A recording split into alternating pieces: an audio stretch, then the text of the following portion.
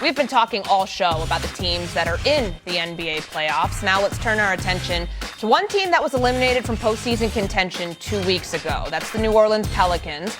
And their star, Zion Williamson, shared candid frustrations during his end-of-season press conference yesterday, opening up about the disappointment that comes with continuing to miss the playoffs.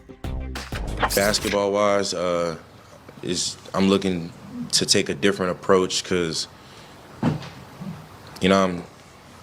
it's frustrating getting up here every year, not being in the playoffs.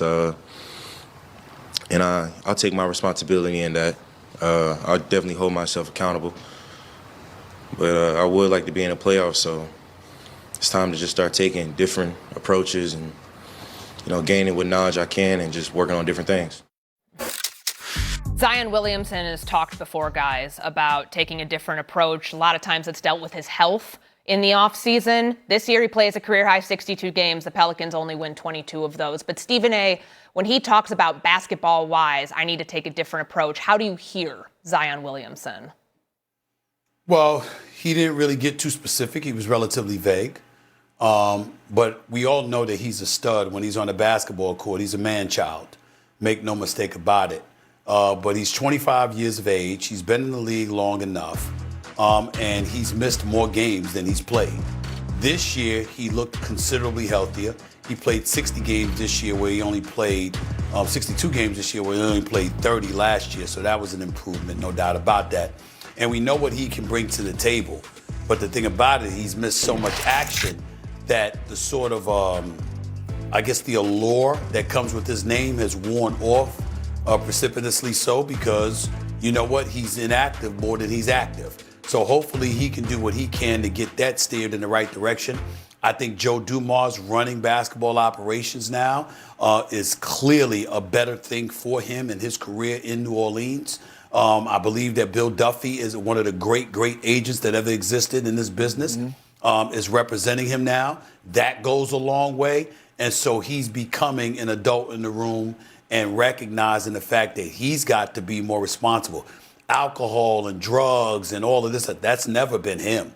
The thing with him was food. People thought that I was getting personal, and that's just the stupidity that comes out of people's mouths, Big Perk, sometimes, because they talk about the league, not recognizing that we cover the league.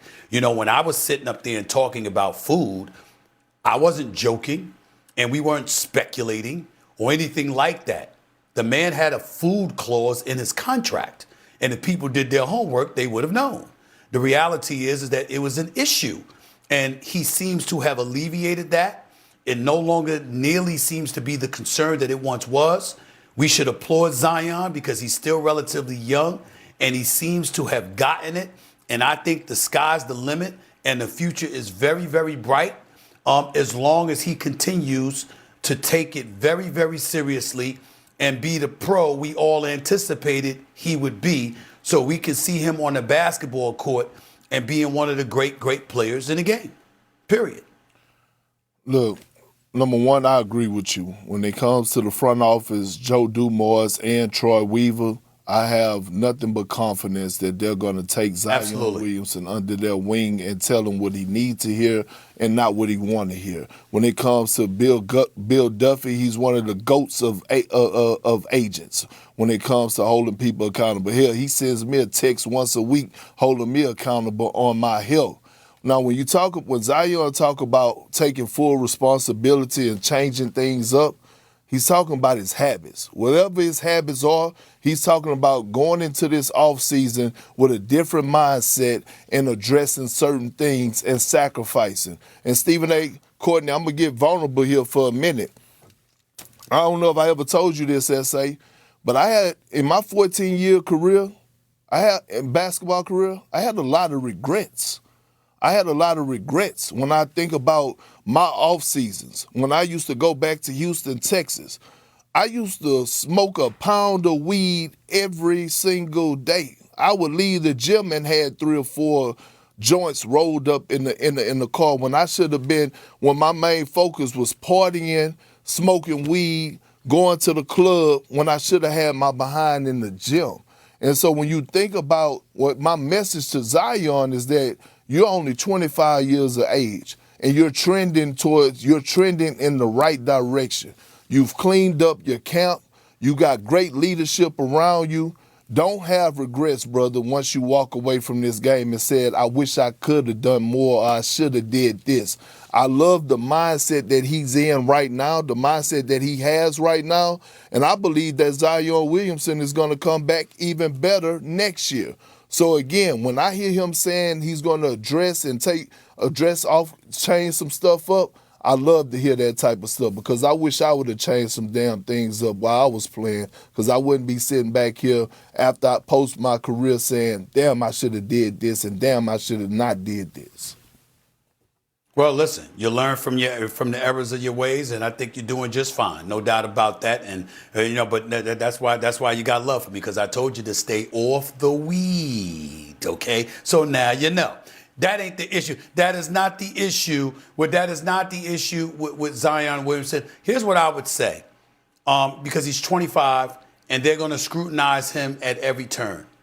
Don't listen to these trolls on social media. Don't listen to these people in the YouTube stratosphere and others that talk to you about, this is your business. Listen, anything relevant to basketball is the public's business because you're asking them to patronize the product and the brand and to come watch you play. So if you are doing anything that is considered a direct assault against your progress as a basketball player, people are going to make that your business.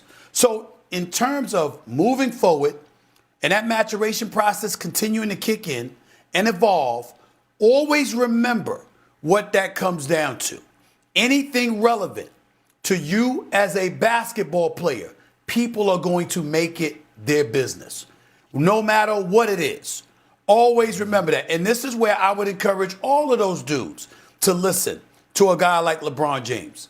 At the end of the day, you saw LeBron James hugging, and Steph Curry. You saw LeBron James hugging Zion last time Zion was in LA and talking to him for a second, right?